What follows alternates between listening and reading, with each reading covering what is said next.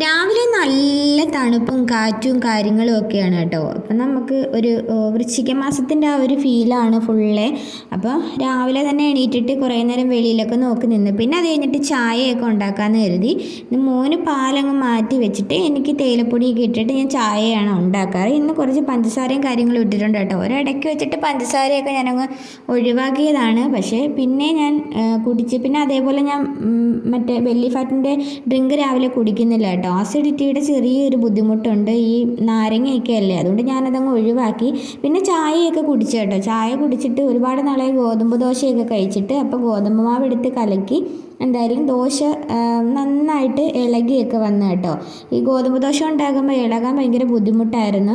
എന്തായാലും ഇപ്രാവശ്യം നന്നായിട്ട് വന്ന്. ഒരുപാട് നാളുമായി കേട്ടോ ഗോതമ്പ് ദോശ ഉണ്ടാക്കി കഴിച്ചിട്ട്.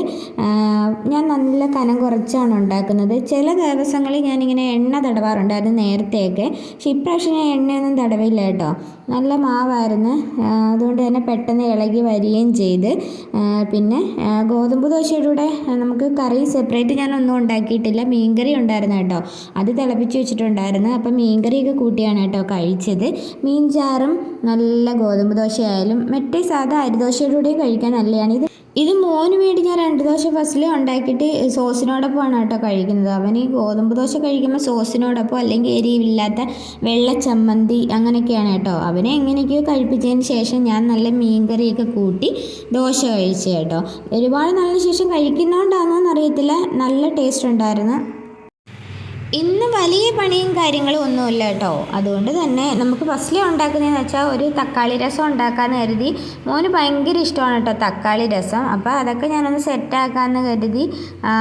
രാവിലെ തന്നെ അതൊക്കെ പണികളെല്ലാം അങ്ങ് നടക്കും കേട്ടോ. അതുകൊണ്ട് ഒരുപാട് ലേറ്റായൊന്നും പോവില്ല. പിന്നെ തക്കാളി രസമൊക്കെ ഉണ്ടാക്കി മാറ്റി വെച്ച് മീൻകറി ഇങ്ങനെ ഞാൻ ഓൾറെഡി ചൂടാക്കി വെച്ചിട്ടുണ്ടായിരുന്നു കേട്ടോ. ചൂരക്കറിയാണ്, നമ്മുടെ മുരിങ്ങക്കോലൊക്കെ ഇട്ട് വെച്ച ചൂരയാണ് കേട്ടോ.